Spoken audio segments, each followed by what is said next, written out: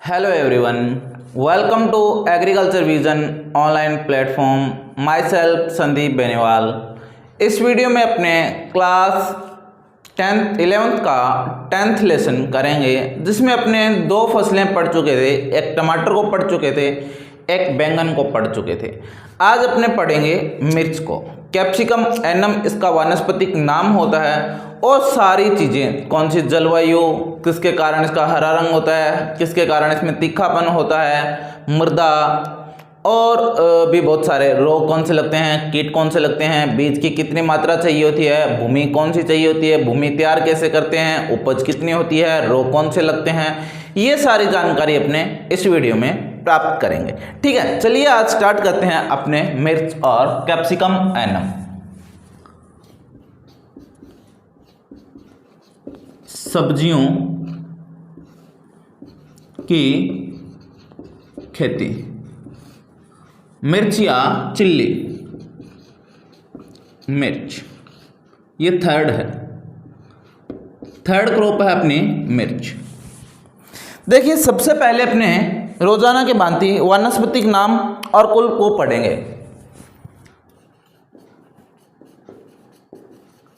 वानस्पतिक नाम कुल। ठीक है, तो वानस्पतिक नाम जो होता है उसका कैप्सिकम, कैप्सिकम एनम। कुल होता है वो सोलेनेसी होता है, सोलेनेसी। ठीक है, इसके कुल कौन सा होता है, सोलेनेसी। वानस्पतिक नाम होता है वो कैप्सिकम एनम होता है। अब इसमें दो फैक्टर होते हैं। एक तो होता है इसमें तीखापन, ये खारी किस वजह से होती है, वो होती है कैप्सेसीन के कारण। और जो लाल रंग होता है इसका, वो कैप्सेथीन के कारण। ध्यान रखना, काफी इंपॉर्टेंट है। चलिए लिखते हैं अपने इसको। मिर्च का तीखापन कैप्सेसीन के कारण होता है।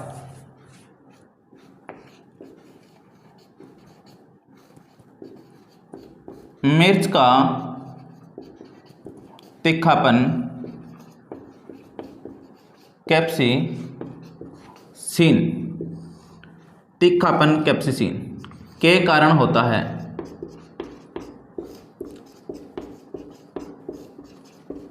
ठीक है, अब दूसरी पॉइंट की अपने बात करते हैं, मिर्च का लाल रंग। लाल रंग कैप्सेथीन के कारण, कैप्सेथीन के कारण होता है, के कारण होता है। लाल रंग कैप्सेथीन के कारण होता है। सॉरी, मिर्च में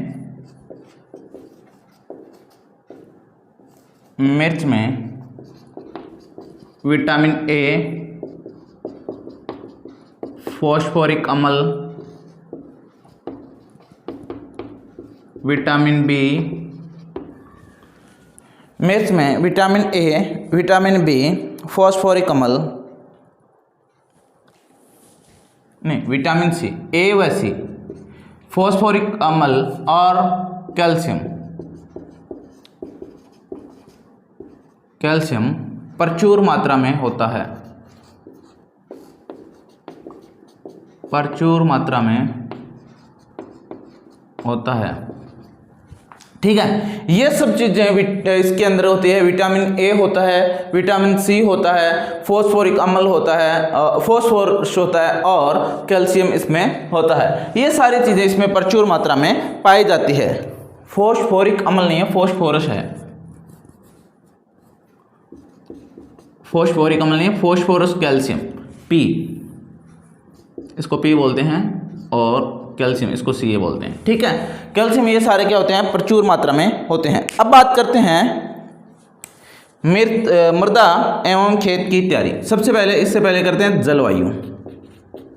कौन सी जलवायु चाहिए, या इसको बोलते हैं क्लाइमेट। कौन सी क्लाइमेट इसको चाहिए होती है। तो मिर्च गर्म जलवायु का पौधा है और इसको जो फल बनते हैं, मिर्च लगती है, उस टाइम 20 से 25 डिग्री सेंटीग्रेड तापमान होता है, वो उचित रहता है। चलिए लिखते हैं मिर्च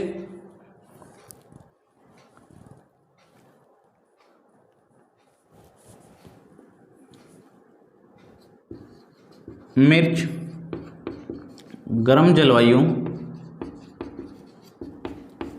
का पौधा है। फल बनते समय 20 से 25 डिग्री सेंटीग्रेड तापमान, या एग्जैक्ट पूछे 34 डिग्री सेंटीग्रेड तापमान उपयुक्त रहता है। ठीक है, यह इसके लिए फिक्स तापमान होता है, वो सबसे अच्छा रहता है। अब अपने पढ़ते हैं मृदा एवं खेत की तैयारी। कौन से प्रकार की मृदा चाहिए और खेत की तैयारी किस प्रकार से करते हैं। खेत की तैयारी देखिए, जो मृदा है कि अच्छी जल निकास वाली ब्लू दोमट मृदा जिसका पीएच मान 6 से 6.5 होता है, वो एक घिसी-पिटी हमेशा वाली लाइन, उचित जल निकास, उपयुक्त जीवांश पदार्थ और जल निकास लिख लिया, दोमट या बलुई दोमट, पीएच मान 6 से 7.5 तक। ये मृदा जो होती है वो इसके लिए उपयुक्त रहती है। कौन कौन सी? उचित जल निकास होना चाहिए, उचित मात्रा में जीवांश पदार्थ होने चाहिए, बलुई चलेगी, बलुई दोमट चलेगी, दोमट चलेगी, पीएच मान 6 से 7.5 के बीच का होना चाहिए। ये सारी मृदा में विशेषता होनी चाहिए। इसके बाद में अपने बात करते हैं बुआई का समय एवं बीज की मात्रा। बुआई का समय एवं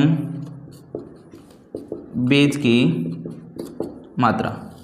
कितना बुआई का समय कब होता है और बीज की मात्रा कब होती है?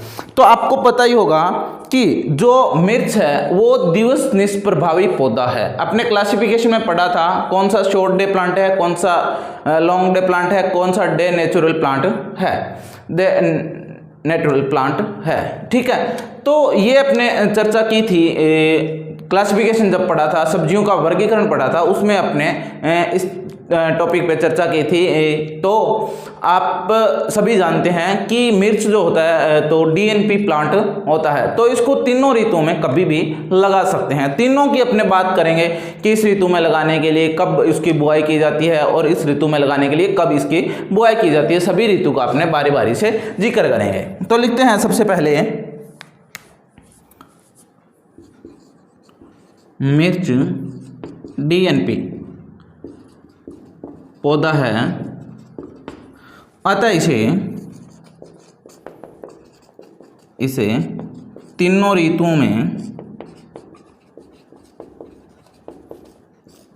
में आसानी से उगाया जा सकता है। तीनों ऋतु में इसको आसानी से उगाया जा सकता है। खरीफ की फसल के लिए मई जून,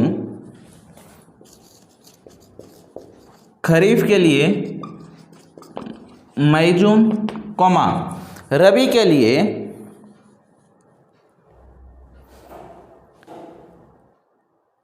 फरवरी मार्च,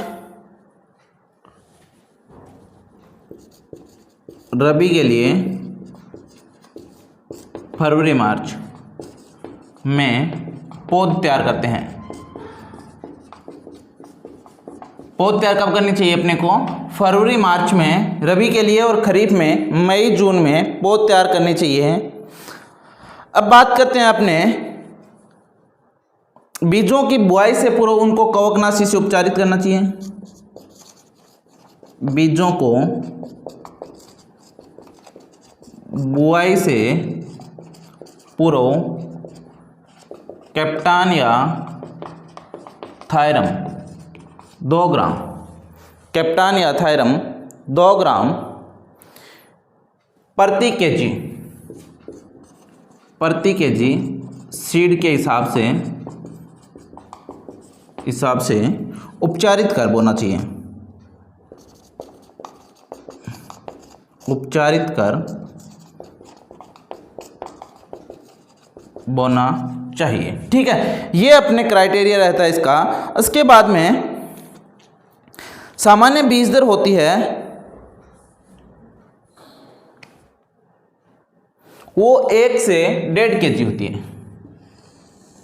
अब बात करते हैं अपने बीज दर की। बीज दर तो सबसे पहले एक बीज दर पढ़ते हैं सामान्य बीज दर। सामान्य बीज दर जो होती है 1 से 1.5 kg प्रति हेक्टेयर के लिए होती है।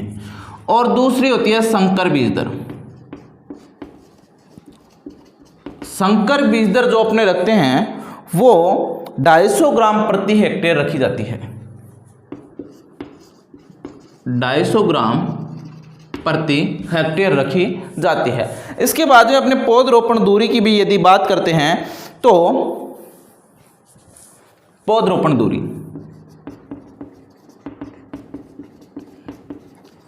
मिर्च की फसल में 45 इंटू 45 सेमी दूरी रखी जाती है। और नर्सरी से 30 से 35 दिन बाद खेत में पौध स्थानांतरित योग्य हो जाती है, ये बात थी अपने बीज दर की और खेत में बुआई करने के तरीके की। कब करनी चाहिए और बीज की मात्रा कितनी चाहिए और क्या अपने स्पेसिंग रखेंगे और नर्सरी के द्वारा तैयार पौधों को खेत में कितने दिनों के बाद में अपने को लगाना चाहिए। इसके बाद में यदि अपने बात करें तो उन्नत किस्मों की बात आती है। देखिए उन्नत किस्में कौन कौन सी है।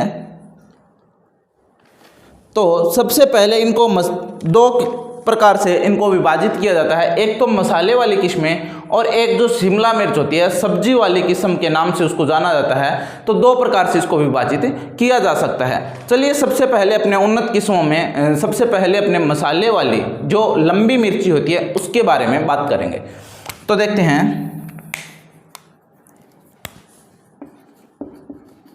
उन्नत किस्में। सबसे पहला है मसाले वाली किस्में, मसाले वाली या तीखी मिर्च।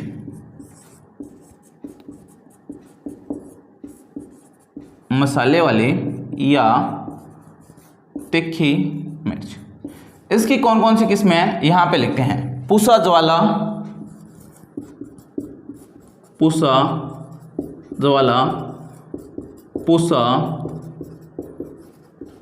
सदाबहार, पूसा ज्वाला, पूसा सदाबहार, पंत सी फर्स्ट, इसके बाद Kalyanpura type first, Kalyanpura type first. उसके बाद में जवाहर मिर्च मोहिनी, जवाहर मिर्च मोहिनी, ठीक है। और एप्रणा भाग्य लक्ष्मी,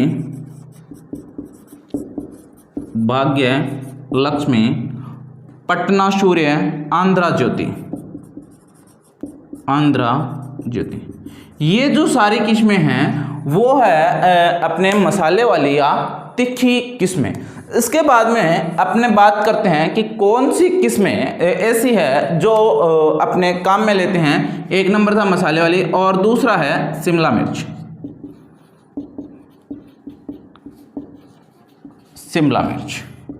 तो शिमला मिर्च की कौन कौन सी किस्में हैं उसको अपने पढ़ेंगे।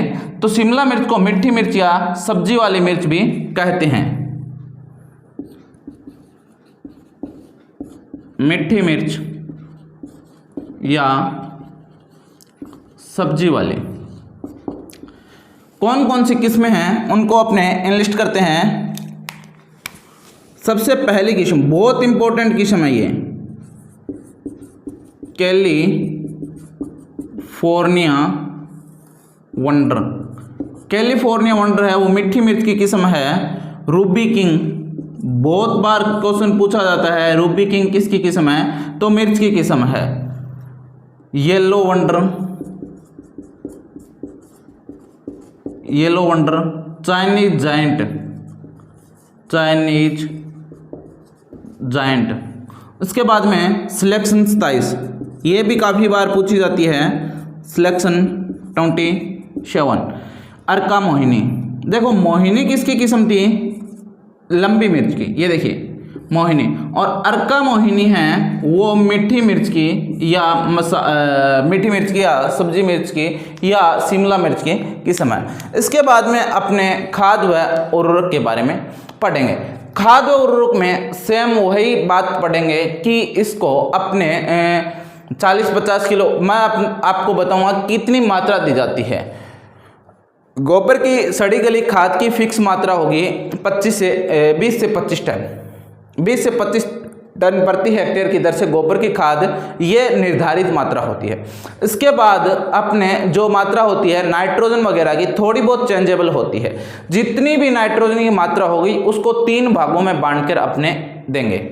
एक भाग तो बुआई के साथ दे देंगे जुताई के समय, और जो शेष 2 भाग है उनको अलग से दिया जाता है, या 2 भागों में बांटकर आधी बुआई के समय दी जाती है, आधी खड़ी फसल में दी जाती है। वो डिपेंड करता है कि 3 भागों में बांटना है या 2 भागों में। वो डिपेंड करता है कि लॉन्ग ड्यूरेशन की फसल है, लंबी अवधि की फसल है तो 3 भागों में बांटेंगे, और छोटी अवधि की फसल है तो 2 भागों में बांटते हैं। अपने बात करते हैं खाद व उर्वरक, मैन्योर एंड फर्टिलाइजर। तो कितनी मात्रा चाहिएगी, 25 से 30 टन प्रति हेक्टेयर गोबर की खाद। ठीक है, 25 से 30 टन गोबर की खाद। उसके बाद में 70 से 80 केजी प्रति हेक्टेयर नाइट्रोजन, 40 से 50 केजी प्रति हेक्टेयर फास्फोरस, और 40 से 50 केजी प्रति हेक्टेयर पोटाश। यही 40 का 2 भाग करके अपने को मृदा में मिलाना है। 2 भाग करके आधा 40 किलो जो नाइट्रोजन है वो अपने बुआई के साथ दे देंगे, शेष 40 को अगले सिंचाई के साथ में देंगे। वो कितने, लगभग 25 से 45 दिन बाद देते हैं। ठीक है, 25 से 45 दिन बाद देते हैं। इसके बाद में सिंचाई की बात करते हैं।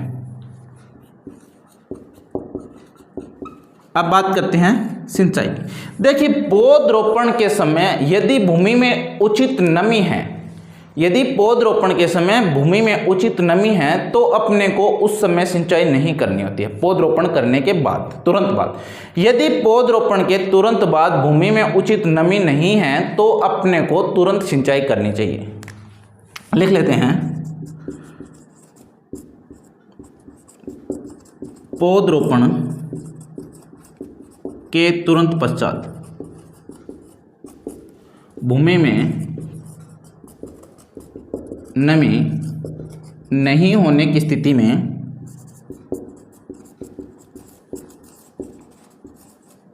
में सिंचाई करते हैं। सर्दियों में 10 से 12 दिन व गर्मियों में 1 सप्ताह के अंतराल पर सिंचाई करनी चाहिए। सिंचाई करनी चाहिए। ठीक है, सर्दियों में तो अपने 10 से 12 दिन के अंतराल पर भी सिंचाई कर सकते हैं, परंतु गर्मियों में 1 सप्ताह के अंतराल पर अपने को सिंचाई अवश्य रूप से करनी चाहिए। और यदि भूमि में जब ट्रांसप्लांट करते हैं नर्सरी से, उस स्थिति में यदि भूमि में उचित नमी है तो हाथों हाथ सिंचाई नहीं करनी पड़ती। यदि उचित नमी नहीं है तो अपने को हाथों हाथ सिंचाई करनी आवश्यक रहती है। ठीक है, जल्दी से इसको नोट डाउन कीजिए, वरना वीडियो को पॉज कर स्क्रीनशॉट लीजिए। इसके बाद में आगे अपने निराई गुड़ाई, रोग, कीट और उपज व तुड़ाई के बारे में जानकारी प्राप्त करेंगे। हाँ जी, अपने सिंचाई तक की बात कर ली थी, अब बात करते हैं निराई गुड़ाई की। तो अच्छी फसल उत्पादन के लिए अपने को निराई गुड़ाई एक आवश्यक प्रक्रिया है। मिनिमम अपने को 1 बार निराई गुड़ाई करना चाहिए, यानी कि खरपतवारों को निकालना चाहिए और मिट्टी चढ़ा देनी चाहिए, पौधे के पास में मिट्टी लगा देनी चाहिए। और यदि आवश्यकता पड़े तो दूसरी निराई गुड़ाई और तीसरी निराई गुड़ाई भी कर सकते हैं। यदि भूमि में खरपतवार ज़्यादा है तो दूसरी और तीसरी निराई गुड़ाई भी अपने कर सकते हैं। परंतु बुआई के यानी कि पौधरोपण, बुआई के नहीं, पौधरोपण के पश्चात 20 से 25 दिन पश्चात अपने को 1 निराई गुड़ाई अवश्य करनी चाहिए। चलिए लिखते हैं अपने निराई गुड़ाई को।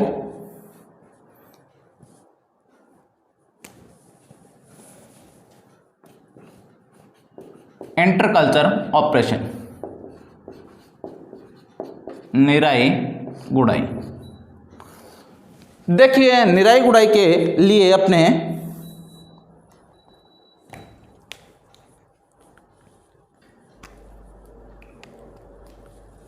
प्रत्येक सिंचाई के बाद, प्रत्येक सिंचाई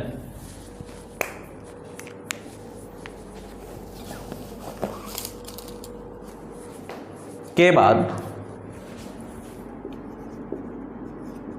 बाद निराई गुड़ाई करनी चाहिए, क्योंकि सिंचाई के कारण बनी पपड़ी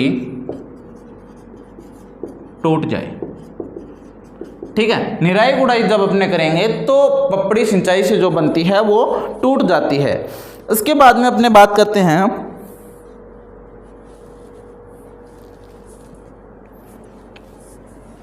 यदि पौधा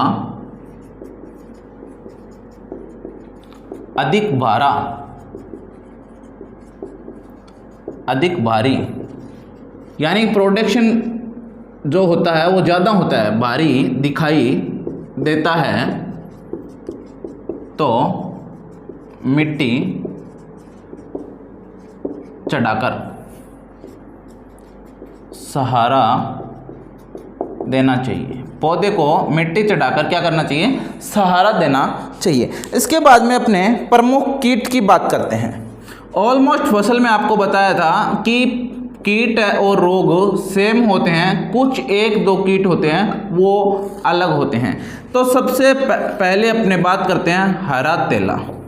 हरा तेला अपने पीछे दोनों फसलों में पड़ चुके हैं, बैंगन में भी और टमाटर में भी। हरा तेला, मौला या सफ़ेद मक्खी, ये तीनों को एक साथ ही पढ़ते हैं। हरा तेला, मौला, एफिड और सफ़ेद मक्खी। सफ़ेद मक्खी को वाइट फ्लाई बोलते हैं, मौला को एफिड बोलते हैं, हरा तेला को जेसिड बोलते हैं। ठीक है, तो ये कीट होते हैं पौधे के कोमल भागों को, यहाँ लिखते हैं स्पेस की कमी के कारण, यह कीट पौधे के कोमल भागों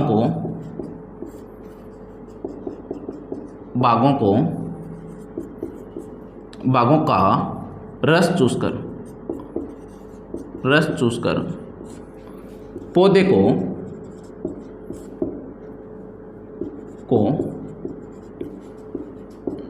कमजोर बना देते हैं। ठीक है, इनका क्या काम है? पौधे के कोमल भाग होते हैं, पत्ती और शीर्ष भाग होते हैं, उनको खाकर पौधे को कमजोर बना देंगे। अगला आता है लाल माइट या रेड माइट। ये भी अपने पढ़ चुके हैं, लाल माइट या इंग्लिश में बोलते हैं रेड MITE, MIGHT नहीं, TE, MIT, माइट। ठीक है, ये जो होता है ये भी लाल रंग का कीट होता है और पत्तियों को रस चूसकर कमजोर बना देता है। यह लाल रंग का कीट होता है, यह पत्तियों का रस चूसकर कमजोर बना देता है, जिससे पत्तियां पीली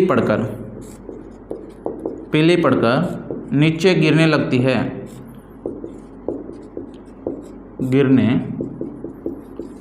है, ठीक है। ये था इसका रेड माइट का। इसके बाद अपने पढ़ते हैं कि इसकी रोकथाम कैसे करते हैं। देखिए वही सेम दवाई डाइमिथोएट और मेलाथियोन।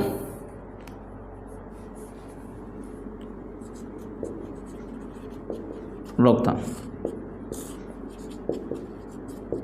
डाइमिथोएट 30 EC या मेलाथियोन 50 EC की 1 ml मात्रा 2 ml 50 EC की 2 ml मात्रा प्रति लीटर पानी का घोल बनाकर छिड़काव करते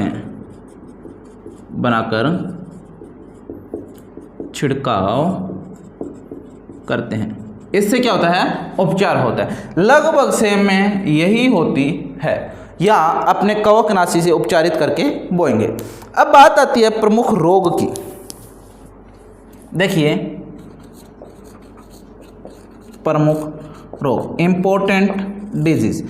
सबसे पहला जो रोग आता है, यहां लिख लेते हैं। सबसे पहला जो रोग आता है वो आता है आर्द्र गलन।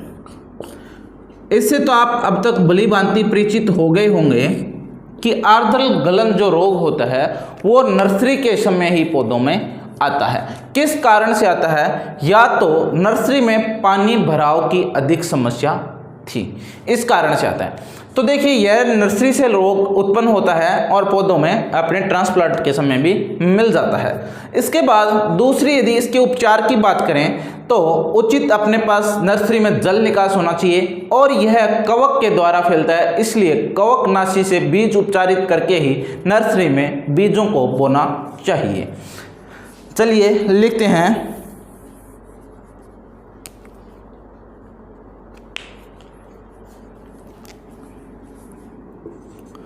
यह रोग नर्सरी में होता है। इसके कारण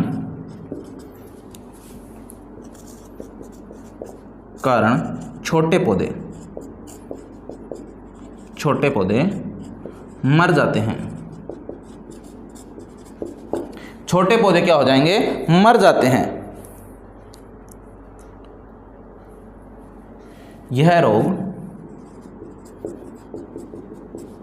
अधिक नमी वाली जगह पर अधिक होता है। रोकथाम नर्सरी में उचित जल निकास व बीजों को बुआई से पूर्व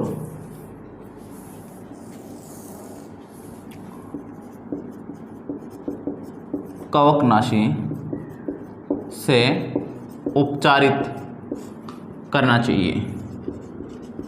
ठीक है, कवकनाशी कैप्टान, थायरम, बाविस्टिन, ये सारी अपने 2 ग्राम मात्रा ले सकते हैं।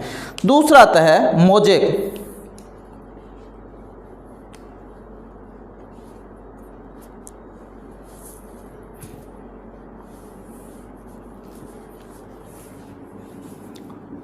मोजेक। सेकंड रोग है मोजेक। यह वायरस के द्वारा फैलता है, वायरस से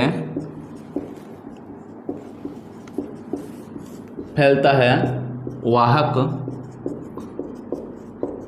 सफ़ेद मक्खी, ये वाला कीट सफ़ेद मक्खी। इसके बाद में इसके प्रभाव से पौधे की पत्तियां छोटी रह जाती है। ठीक है, रोकथाम।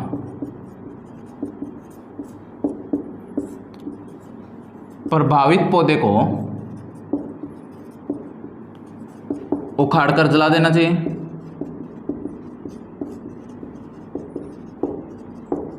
उखाड़कर जला देना चाहिए।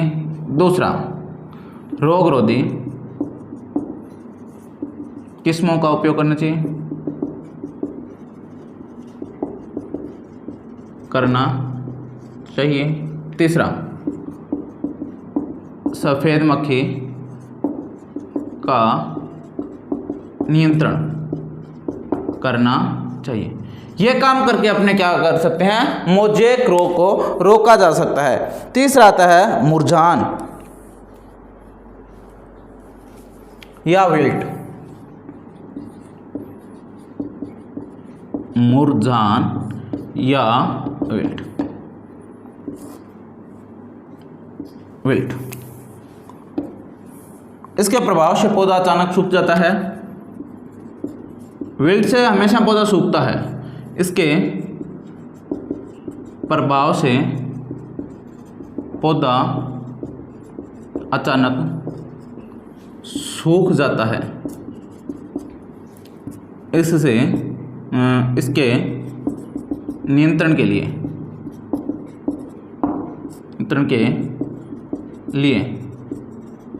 उचित फसल चक्र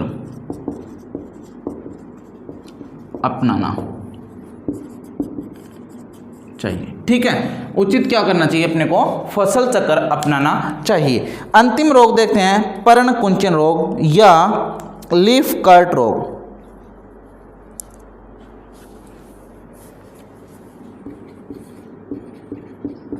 पर्णकुंचन रोग, इसके प्रभाव से भी पौधे की पत्तियां, इसके प्रभाव से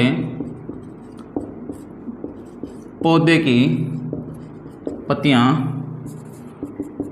छोटी रह जाती है तथा शीर्ष पर गांठें बन जाती है। शीर्ष पर क्या होगा, गांठें बन जाएगी। तो इससे जो प्रभावित पौधा होता है उसको अपने क्या करना चाहिए, उखाड़कर जला देना चाहिए। डाइमेथोएट का छिड़काव करना चाहिए। रोकथाम, प्रभावित पौधे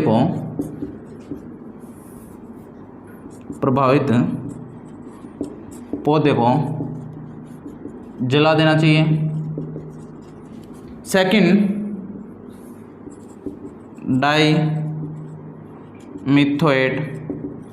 23 EC या मेलाथियोन 50 EC का 2 ml प्रति लीटर घोल बनाकर छिड़काव करना चाहिए। ठीक है, ये इसका ट्रीटमेंट है। इसके बाद अंतिम टॉपिक आज के लिए वो पढ़ेंगे तुड़ाई व उपज।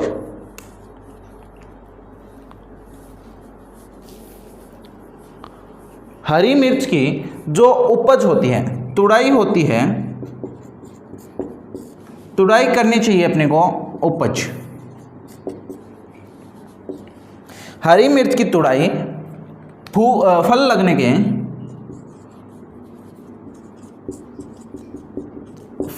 के 15 से 20 दिन बाद करनी चाहिए। ठीक है, उस टाइम फल क्या होगा, पूर्ण मैच्योर होगा, पूरे आकार का, सही आकार का होगा। उसके बाद उपज 100 से 150 क्विंटल प्रति हेक्टेयर अपने को क्या होती है, उपज प्राप्त होती है। ठीक है, आज के लिए इतना ही काफ़ी। मिलते हैं अगली क्रॉप के साथ नेक्स्ट वीडियो में, तब तक के लिए goodbye, all the best.